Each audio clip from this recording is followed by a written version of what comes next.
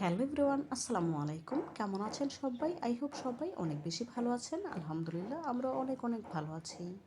আজ আপনাদের জন্য নতুন আরও একটি রেসিপি নিয়ে চলে এলাম।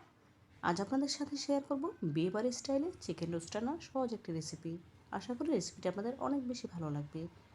তো বন্ধুরা, কথা না বাড়িয়ে চলুন চিকেন রোস্ট রান্নার মূল প্রস্তুত প্রণালীতে যাওয়া যাক। চিকেন রোস্ট রান্না করার জন্য এখানে প্রায় 8 থেকে 9টি চিকেনের পিস নিয়েছি। পিসগুলো আগে থেকে খুব ভালোভাবে ধুয়ে পরিষ্কার করে পানি ঝরিয়ে নিয়েছি। এখন ভেজে নেওয়ার জন্য লবণ মেখে নেব। যেহেতু চিকেন রোস্ট রান্না করবো সেজন্য এখানে কোনো হলুদ দেবো না, শুধু লবণ দিয়েই খুব ভালোভাবে মেখে নেব। দেখুন লবণ মেখে নেওয়া হয়ে গিয়েছে। এখন ভেজে নেওয়ার পালা।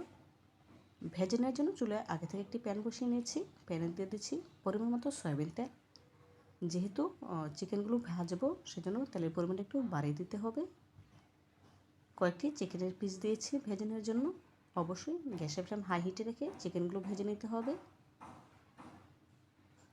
চিকেনের এক পাশ যখন কিছুটা ভাজা হয়ে এসেছে তখন উল্টে নিচ্ছি।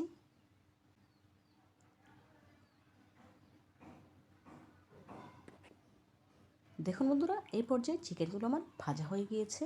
এখন প্যান থেকে তুলে নেব। এভাবে করে বাকি চিকেনগুলো ভেজে নেব। সবগুলো চিকেন যখন ভাজা হয়ে গিয়েছে তখন অবশিষ্ট তেলের সাথে অ্যাড করে দিয়েছি মেজারমেন্ট কাপে 2 কাপ পেঁয়াজ কুচি।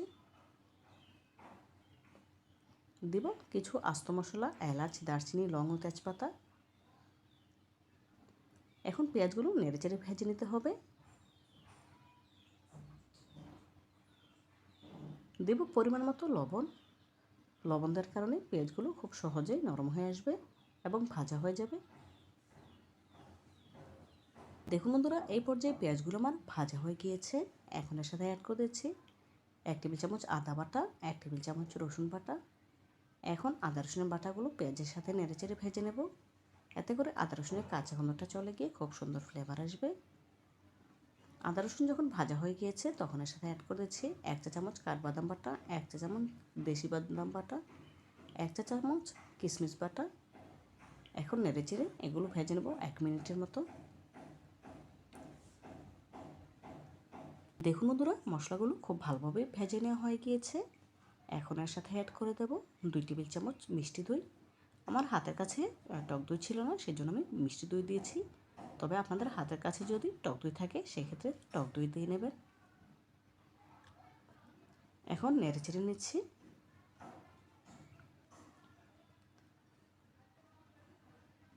দেব কয়েকটি কাঁচামরিচ। যেহেতু এখানে কোনো মরিচের গুঁড়া দেবো না, কাঁচামরিচগুলো দিলে খুব সুন্দর ফ্লেভার আসবে। দিয়ে দিলাম 1 চা চামচ জিরা গুঁড়া, 1/2 চা চামচ ধনে গুঁড়া। নেড়েচেড়ে নিচ্ছি খুব ভালোভাবে। অ্যাড করে দেব 1 প্যাকেট রাঁধুনি রেডিমিক্স রোস্টের মশলা। সম্পূর্ণটাই নেড়েচেড়ে খুব ভালোভাবে কষিয়ে নেব।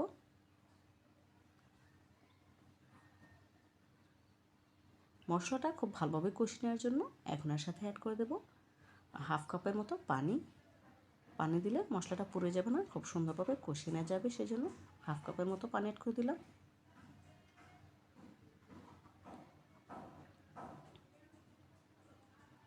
এখন অপেক্ষা করব মশলাটা খুব ভালোভাবে কষে তেলটা উপরে ছাড়া পর্যন্ত।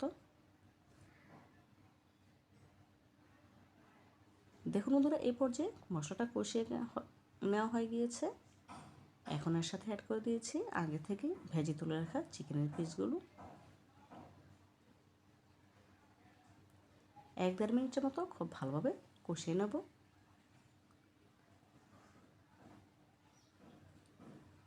দিয়ে দেবো 2 টেবিল চামচ টমেটো সস।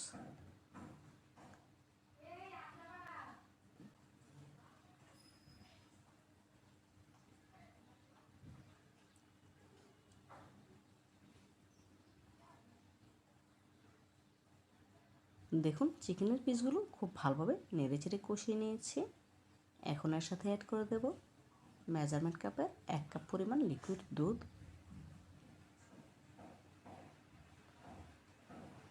খুব ভালোভাবে নেড়েচেড়ে নিচ্ছি। নেড়ে নেওয়া হয়ে গেলে এখন ঢাকা দিয়ে জাল করে নেব প্রায় 8 থেকে 10 মিনিট। দিয়ে দিলাম 1 ফালি লেবুর রস। অবশ্যই লেবুর রসটা দেওয়ার চেষ্টা করবেন, এতে করে খেতে অনেক বেশি ভালো লাগবে। ঢাকা দিয়ে জাল করে নেব। গ্যাসের ফ্লেম লো আছে, প্রায় 8 থেকে 10 মিনিট জাল করে নিয়েছি। ফিরে এলাম 10 মিনিট পর। এই 10 মিনিটে চিকেনগুলো খুব ভালোভাবে সেদ্ধ হয়ে গিয়েছে, রান্নাটা আমার কমপ্লিট হয়ে গিয়েছে।